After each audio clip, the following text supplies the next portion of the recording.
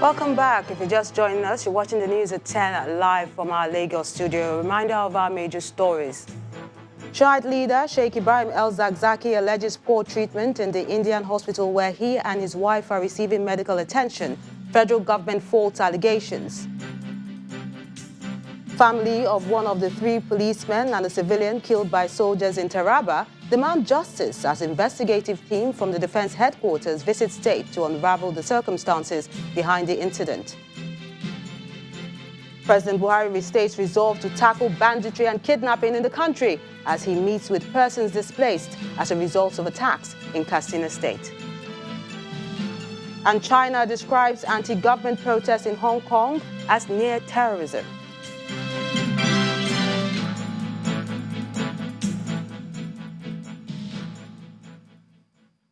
For more information on our top stories, please visit our website. It's channelstv.com.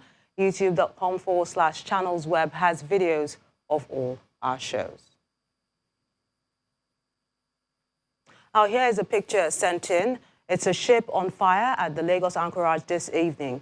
This picture was sent in by the Director of Information Naval Headquarters, Commodore Sulaiman Dahun, who identified the ship as MT Sea Voyager. He explained that 11 Pakistani sailors were rescued from the burning ship by the Nigerian Navy ship Ekulu.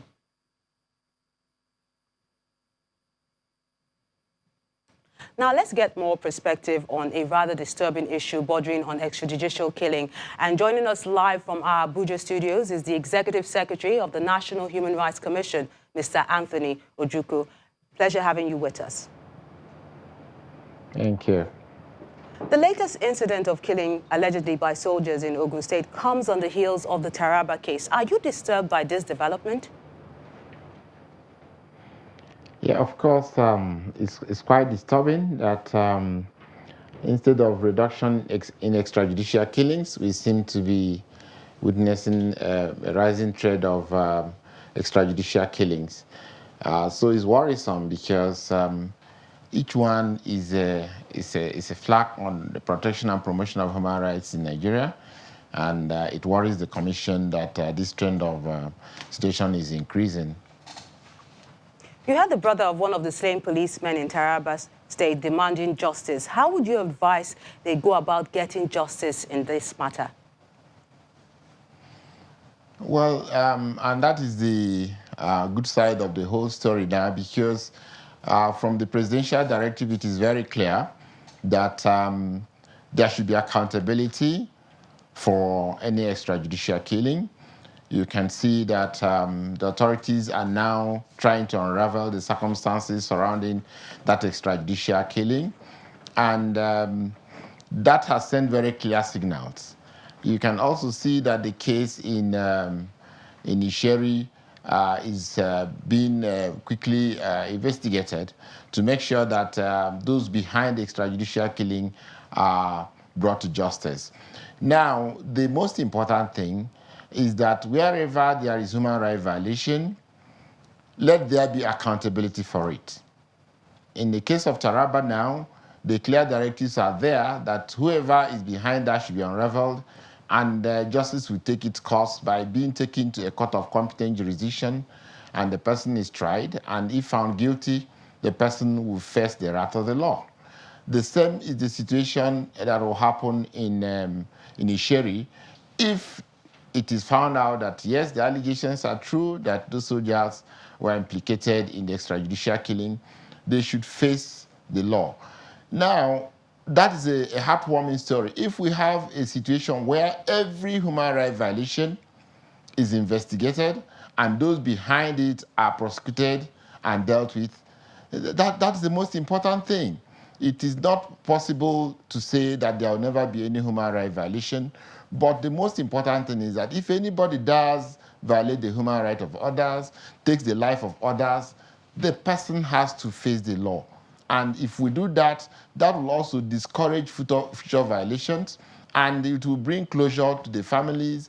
It will help the families who are demanding justice to be assuaged, that at least their loved ones did not die in vain.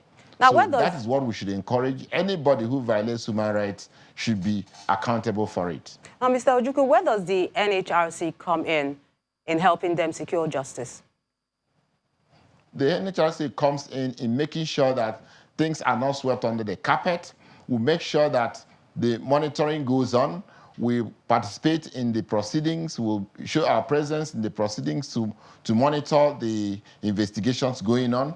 And we'll keep pressurizing the authorities to make sure that, in Nigeria, at times when certain things happen, before some time, other issues will happen, and then nobody will pay attention to that. It is the duty of an HRC to make sure that even when the public is now engrossed in other national events, that we make sure that the authorities that are given the duty to investigate must do their work. We keep monitoring to make sure that the case is investigated and is taken to court and is prosecuted. That is the role of NHRC. But are there measures or mechanisms being put in place by the NHRC to check cases of extrajudicial killings, especially by security personnel? Yes, of course. Last year, we issued directives for law enforcement agents on how they can carry out their duties to make sure that they don't violate human rights. We have been training the law enforcement agents. We've been training the military on how to mainstream human rights into the operations. We've been training the police on how to mainstream human rights into the operations. Even next week, the National Human Rights Commission has established a human rights training institute. That institute is focused at training law enforcement agents. The one of next week training is going to deal with law enforcement agents from EFCC, from the police, from the civil defense, so that they can know how to carry out their duties without violation of human rights, including not carrying out extrajudicial killings, how to arrest people with respect for human rights, how to carry out investigations with respect for human rights, and so on and so forth. And we do visit their detention centers. We do, of course, you know about the SARS and police reform report, which the Commission submitted to the President on the 3rd of June. And what we emphasize there is that police has to be trained and constantly trained on how to carry out their duties.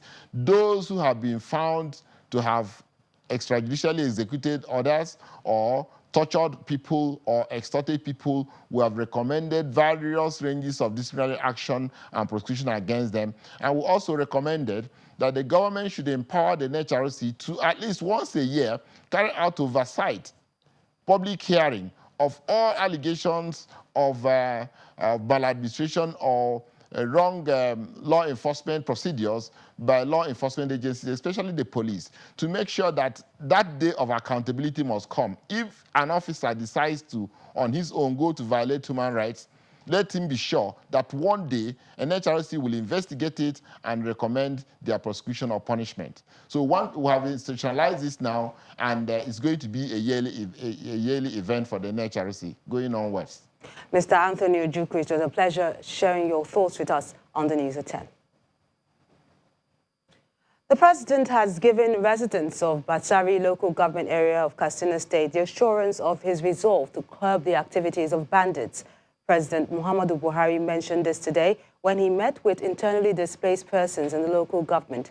On his part, the chief host and governor of Katsina State, Aminu Masari, informed the president that the recent deployment of more security operatives and equipment to the area led to the reduction in the frequency of attacks.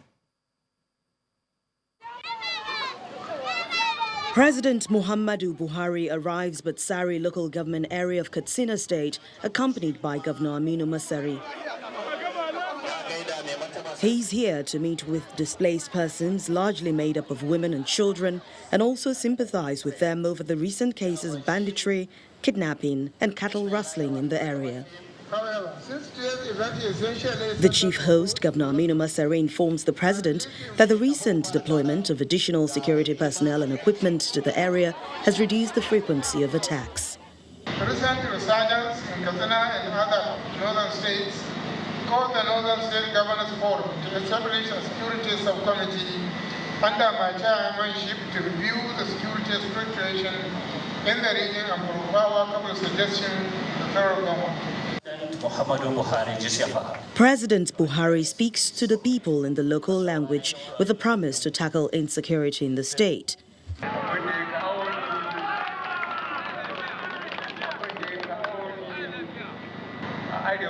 gabas su ce Allahu akbar da na zo na ce ƙarya take yi Allah ba a zalimi da bane ba.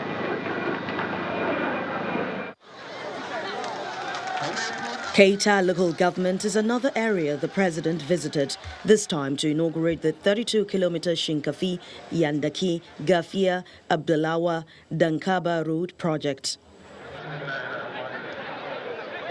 The road, which starts from Shinkafi town and terminates in Dankaba, traverses 15 communities in both Katsina and Keita local government areas. After the inauguration, he thanked the people of Katsina State for their support to the All Progressives Congress during the general elections, while asking the state government not to relent in providing infrastructure in rural communities. Those roads are the major means of transportation in Katsina State. The state government's foresight in making them motorable throughout the year is indeed a step in the right direction and a commendable strategy. The president will be inaugurating more projects in the state before returning to Abuja. In the meantime, the president has given his assent to a bill which changes the name of the Nigerian Prison Service to Nigeria Correctional Service. That's according to the Senior Special Assistant to the President on National Assembly Matters, Senator Ita Enang. The Nigeria Correctional Service, which is made up of two faculties, the custodial and non-custodial service, will also address the challenge of overcrowding in prisons. According to him, the non-custodial is intended for reformation, allowing for community services as punishment, so not every offense would attract to prison time. The president equally signed a bill changing the name of the Federal University of Agriculture in Makurdi, Benue State to Joseph Taka University of Agriculture. According to Senator Enang, the bills were transmitted on July the 20th and signed to law on August the 14th. The Correctional Services Act repeals the Nigeria Prison Service, changes the name of Nigeria Prison Service to Nigeria Correctional Service.